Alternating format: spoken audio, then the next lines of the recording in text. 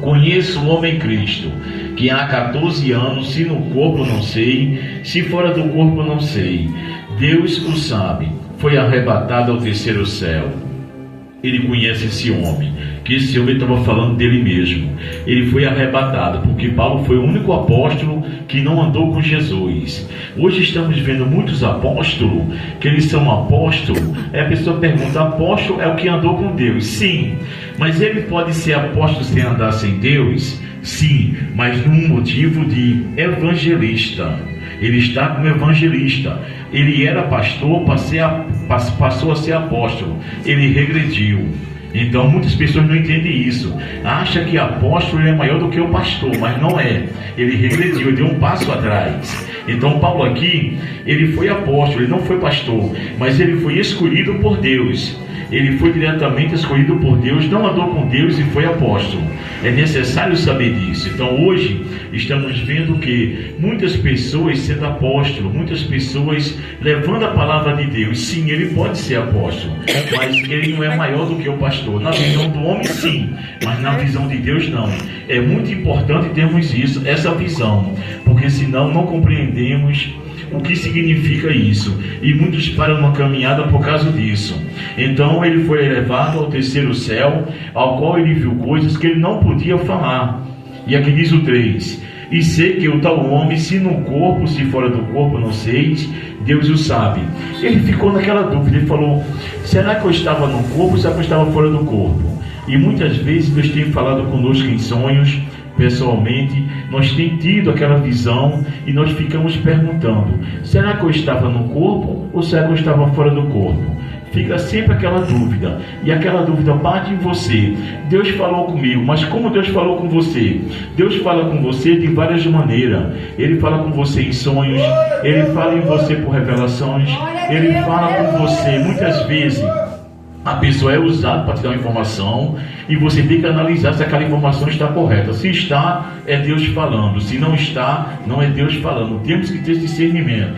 Aí o 4 diz, foi arrebatado ao paraíso e ouviu palavras inefáveis, de que ao homem não é lícito falar. É muito difícil quando Deus passa uma visão para você e você tem que ter o discernimento de falar e a pessoa entender, porque muitas vezes falamos e não entendemos, porque as coisas de Deus são coisas que realmente mexem com você. E uma vez eu conversando com a minha irmã e ela falou para mim, mas se você estiver lá e eu chamar você de volta, você volta? Eu falei, sonha, não volto. Por que eu não volto?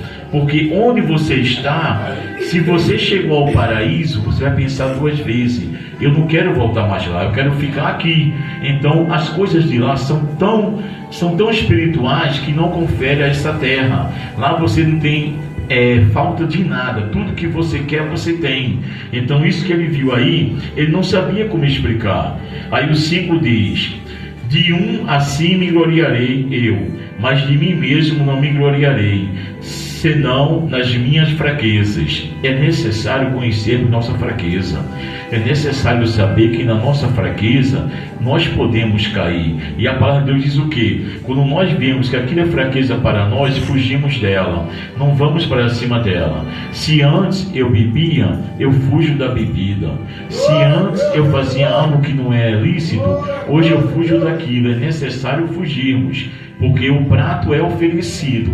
Cabe a você pegar ou não pegar. A decisão é só sua. Deus não vai te proibir de você pegar. Depois vem as consequências. Então aqui diz, nas minhas fraquezas. Todos nós temos fraqueza.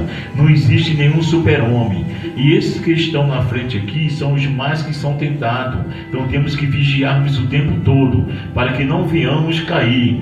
Aí o 6 diz, porque se quiser gloriar-me, não serei nécio, porque direi a verdade, mas deixo isto, para que ninguém cuide de mim mais do que em mim vê, ou em mim ouve. Então, às vezes, a pessoa fala assim, eu queria ser como você. Não, você tem que ser como Deus, não como eu. Eu sou apenas um vaso usado para levar a mensagem de Deus. A pessoa não pode querer ser como eu. E às vezes ouvimos isso e deixamos a nossa, digamos assim, a nossa grandeza subir. Eu faço aquilo, eu faço aquilo.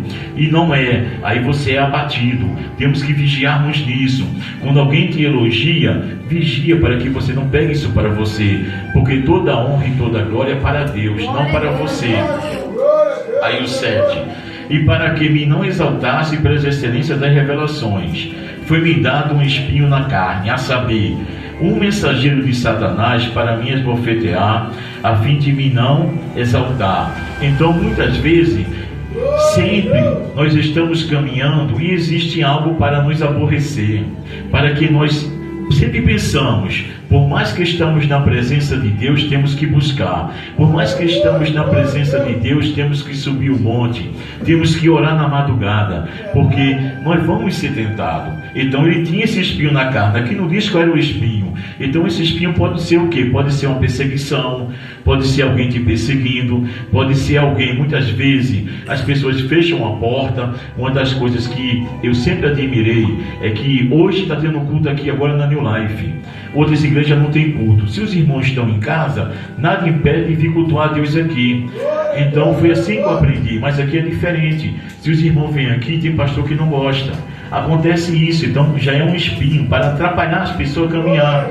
Então que nós não deixamos isso agir em nós. Então devemos fazer o quê? Devemos vigiar, e todos nós temos esse espinho. Pode ser igual não pode ser igual ao do Paulo, mas pode ser diferente. Uma perseguição, alguém criticando. Quantas vezes eu não fui criticado? A pessoa falou assim: lá vai o abestalhado levar dinheiro para alguém, mas o que? Eu não deixei aquilo entrar em mim. Então esse é um dos espinhos, você tem que saber lidar com isso. Então na presença de Deus, você tem que ser mais feliz do que você já era antes. Você não pode ser uma pessoa triste.